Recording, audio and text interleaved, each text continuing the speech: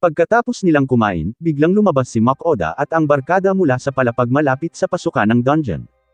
Nalito ang mga nakapalibot na adventurer sa kanilang biglaang paglitaw, kaya ipinaliwanag ni Makoda na kakabalik lang nila mula sa huling palapag.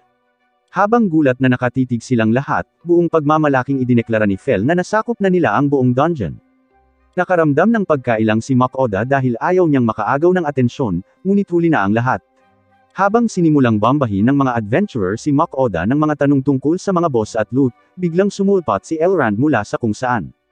Binati niya si Dora para sa kanyang pagganap at kinaladkad palayo si Makoda, ipinaliwanag na kailangan nilang magsumite ng form sa guild ng adventurer upang makumpleto ang kanilang paggalugad.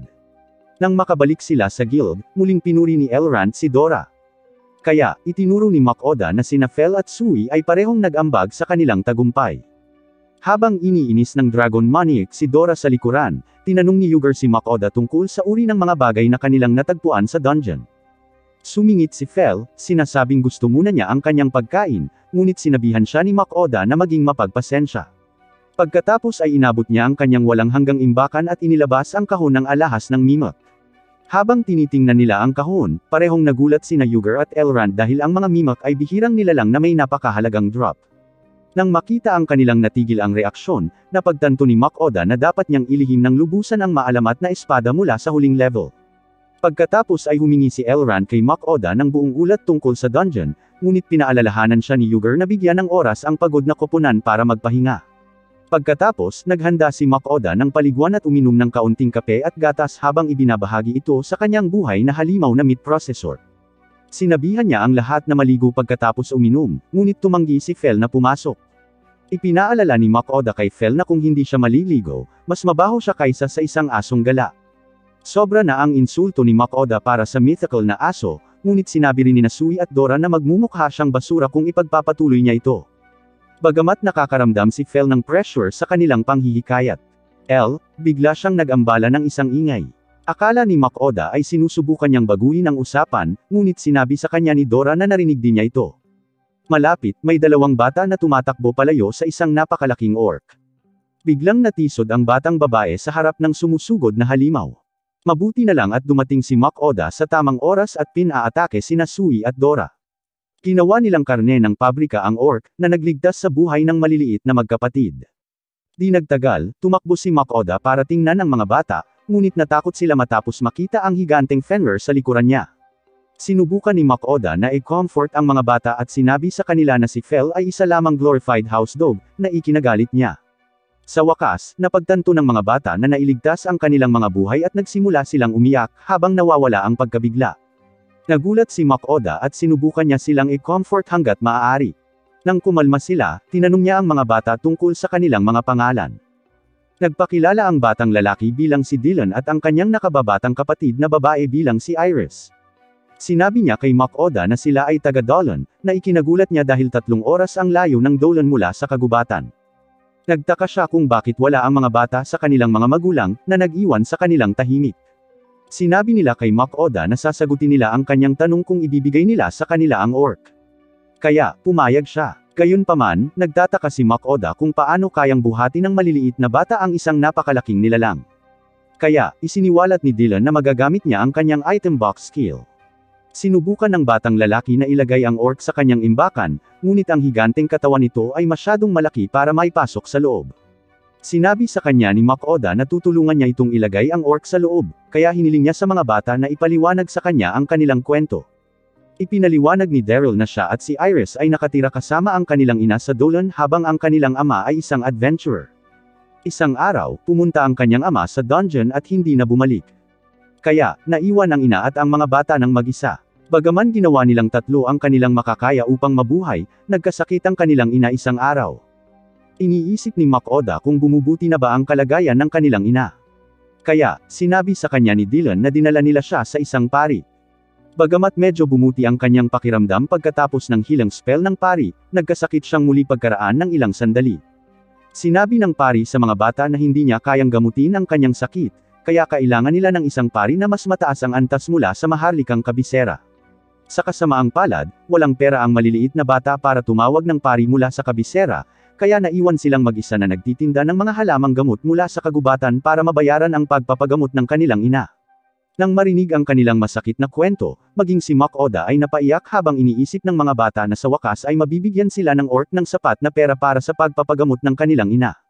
Gayunpaman, alam ni Makoda na ang mga orc ay mga karaniwang halimaw lamang, kaya, wala ng sapat na pera ang mga bata. Habang iniisip niya kung paano tutulungan ang mga inosenteng bata, biglang kumulo ang kanilang mga gutom na tiyan. Sinabihan din ni Fel at ng iba pang kasamahan si Makoda na gusto nilang kumain, kaya nagpasya siyang ipaghanda sila ng pagkain bago gumawa ng iba pa. Inalok ng mga bata na tulungan si Makoda na magluto, ngunit sinabi niya sa kanila na siya na ang bahala. Sa pag-iisip na mababait silang bata, pinapunta niya sila palayo para makipaglaro kina Dora at Sui. Habang naglalaro ang mga bata sa mga halimaw, nagpasya si Makoda na bigyan sila ng totoong pagkain. Tinadtad niya ang ilang sibuyas at ginawang caramel ang mga ito bago iprito ang karne ng cocktails. Pagkatapos, nilagyan ni Makoda ng teriyaki sauce ang karne at pinirito ang ilang itlog sa gilid. Pagkatapos, naghanda siya ng tinapay na may mga gulay, keso, at karne ng teriyaki at natapos ang isang nakakatakam na burger. Nang makuha ng mga bata ang mga burger, nahumaling sila sa masarap nitong lasa. Habang sakam nilang nilalamon ang mga burger, binigyan din sila ni Makoda ng mga inumin. Samantala, nainis si Fel dahil hindi niya natanggap ang sarili niyang bahagi. Kaya, binigyan siya ni Makoda ng isang napakalaking salansan ng mga burger. Matapos makuha ang kanilang mga burger, kinain din ng grupo ang kanilang mga burger, at lahat ay nabusog sa huli. Pagkatapos, habang nililinas ni Makoda ang maruruming pinggan, nagpasalamat ang mga bata sa kanyang regalo. Bagamat naantig si Makoda sa mga dalisay na kaluluwang nagpapasalamat sa kanya, nasaktan ang kanyang pride dahil tinawag nila siyang tiyuhin. Nang marinig na si Makoda ay naging tiyuhin na niya, si Fel ay nagmukhang mayabang at kinutya ito. Maya-maya, umidlip ang mga bata sa malambot na balahibo ni Fel. Binalutan sila ni Makoda ng kumot. Naaawa siya na ang mga bata ay kailangang magtrabaho sa mga mapanganib na trabaho para sa kanilang ina. Habang natutulog ang mga bata, nagsalita si Dylan tungkol sa pagtulong sa kanyang ina, na tumatagos sa puso ni Makoda. Naisip niyang bilhin ang gamot ng kanyang ina sa online supermarket, ngunit nag-isip kung alin ang bibilhin dahil hindi niya alam ang sakit nito. Sa halip, nagpasya si Makoda na gumamit ng ilang dekalidad na potion. Ngunit ipinaalam sa kanya ni Fel na ang mga potion ay gumagamot lamang sa mga sugat, hindi sa mga sakit. Nagulat si Makoda kaya sinabi ni Fel sa kanya na kailangan niya ng mga elixir para sa may sakit na ina. Gayunpaman, ang mga elixir ay isang bihirang gamot na dapat ay nakakagamot sa lahat ng sakit. Kaya, naisip ni Makoda na walang paraan para makuha niya ang mga ito. Pagkatapos, naalala niya ang mga salita ni Elrond na ang dugo ng dragon ay maaaring gamitin upang lumikha ng mga bihirang elixir. Dahil dito, binigyan niya si Sui ng ilang bahagi ng atay at dugo ng dragon. Pagkatapos ay tinanong ang slime kung makakagawa siya ng elixir. Matapos suriin ang mga sangkap, sinabi ni Sui kay Makoda na hindi niya ito siguradong magagawa, ngunit tinutunaw niya ang mga ito sa loob ng kanyang katawan para subukan pa rin. Habang nagsisimula ng proseso ni Sui ang elixir, umalis si Makoda para gumawa ng pagkain para sa ina ng mga bata. Matapos isaalang-alang ang madaling tunawin ngunit masustansyang pagkain, nagpasya siyang gumawa ng isang malusog na sopas ng karne. Una, hiniwa ni Makoda ang mga gulay at karne para sa sopas bago igisa ang lahat. Pagkatapos ay idinagdag niya ang tubig at sabaw bago ibuhos ang kaunting gatas ng soya. Nang may dagdag na ang mga sangkap, niluto ito ni Makoda hanggang sa maluto ang sopas. Hawak ang palayok ng masaganang sopas sa kanyang mga kamay, naisip ni Makoda na magiging isang magandang panghimagas ito para sa mga bata at sa kanilang ina. Malapit, natapos ni Sui ang mga elixir at binigyan si Makoda ng 3 bote nito. Inisip ni Dora kung makakagawa pa nga ba si Sui ng isang tunay na elixir, kaya tiningnan ni Makoda ang mga istatistika nito. Matapos tingnan, nalaman niya na ang mga bote ay tunay na naglalaman ng mga bihirang elixir para sa lahat ng sakit, na nag-iwan sa kanya ng lubos na pagkagulat. Tuwang-tuwa siya, pinuri niya ang kanyang buhay na pabrika para sa magandang trabaho at tumakbo papunta sa mga bata kasama si Fel. Sinabi niya sa kanila na babalik sila sa Dolan at isinakay sila sa likod ni Fel para sa pagbiyahe. Nang nakasakay na ang mga bata, sumakay si Makoda kay Fel at pinaalalahanan siyang dahan-dahan para sa mga bata. Tumango si Fel at nagsimulang tumakbo ng may kaaya-ayang bilis bago bumilis para bigyan ang mga bata ng masayang pagbiyahe. Maya-maya, narating nila ang Dolan at ipinagdiwang ng mga bata ang kanilang pagbiyahe. Habang sinisimula ni Makoda na kunin ang kanilang orc mula sa kanilang imbakan, Naalala nilang ibinenta ito sa guild para bayaran ang serbisyo ng pari. Gayunpaman, sinabi sa kanila ni Mac Oda na nakakita siya ng isang bihirang gamot na maaaring magpagaling sa kanilang ina, na nagpasabik sa kanila. Sinabi niya sa kanila na hindi niya maibibigay sa kanila ang mahalagang gamot ng libre, kaya medyo natakot sila. Pagkatapos ay sinabi ni Mac Oda na dahil isa siyang mangangalakal, kailangan nilang ipagpalit ang isang bagay para sa gamot na ito. Tinanong siya ni Dylan kung magkano ang halaga nito. Sinabi sa kanila ni Mac Oda na tanging isang higanteng halimaw tulad ng orc ang makakabayad para sa kanyang bihirang gamot. Kaya, masayang sumang-ayon silang ipagpalit ito. Nang magkasundo sila, binigyan niya si Iris ng gamot bago iregalo sa kanila ang isang palayok ng sopas. Nang makaramdam ng ginhawa ang mga bata na magiging maayos din ang kanilang ina, nagsimula silang umiyak. Matapos kumalma ng kaunti, sinabi ni Dylan kay Mac Oda na lalaki rin siyang magiging isang mangangalakal na katulad niya. Nakaramdam siya ng inspirasyon na gamitin ang kanyang kasanayan sa pag-iimpake ng mga paninda at makipagpalitan ng magagandang bagay tulad ni Mac Oda. Ang matinding determinasyon ng batang lalaki ay nagpaiyak kay Mac Oda at nais niya ang pinakamabuting kapalaran para sa dalawang bata. Pagkatapos, nagpasalamat ang mga bata kay Mac Oda para sa kanyang tulong at masayang umalis habang si Mac Oda ay natuwa na natulungan niya sila. Pagkatapos ay naalala niya na kakabalik lang nila mula sa paglilinis ng dungeon. Kaya, nagpasya siyang magdaos ng isang pagdiriwang. Bago magluto, tiningnan niya ang mga level ng lahat at nalaman na napakarami nilang nakuha. Ang pinakamagaling sa kanila ay si Sui, na tumaas ng 4 na beses ang kanyang level mula sa mababa na level 22 patungo sa hindi kapani-paniwalang level 88. Nang makitang lumaki ng husto ang kanyang mga familiar, tiningnan ni Mac Oda ang kanyang sariling mga istatistika. Sa kasamaang palad, halos kasing lakas pa rin siya ng isang nabali na sanga, ngunit nalaman niyang tumaas ng isang level ang kanyang online grocery skill. Matapos i-click ang grocery skill, nakakita si Mac Oda ng dalawang bagong tenant, na nagbigay sa kanya ng opsyon na pumili sa pagitan ng dalawang espesyalisasyon. Habang nalilito si Mac Oda sa mga opsyon, si Fel at ang iba pa ay naging mausisa.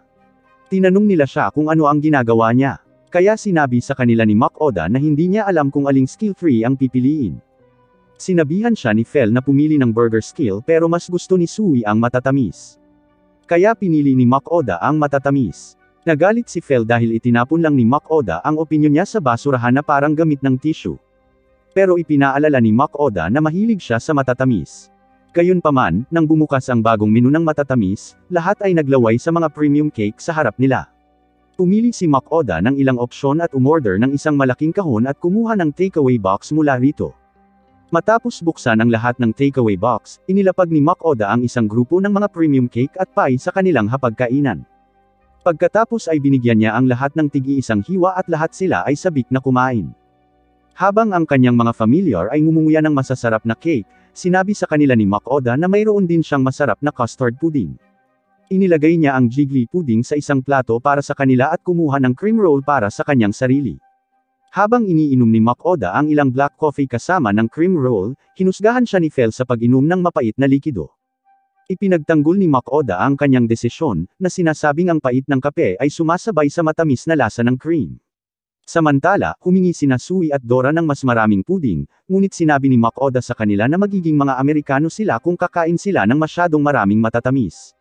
Bigla niyang napagtanto na may nakalimutan siya, at sinimulan siyang sigawan ni Ninrir sa pamamagitan ng telepathy. Habang napapagalitan niya si Mac Oda dahil sa nakalimutan niyang mga handog, ang iba pang makapangyarihang Diyos ay naiinip din. Gayunpaman, tuluyan silang binaliwala ni Mac Oda at naalala ang dalawang bata, nalungkot na hindi nila matitikman ang masasarap na matatamis. Diyan nagtatapos ang episode 6. Salamat sa panunood.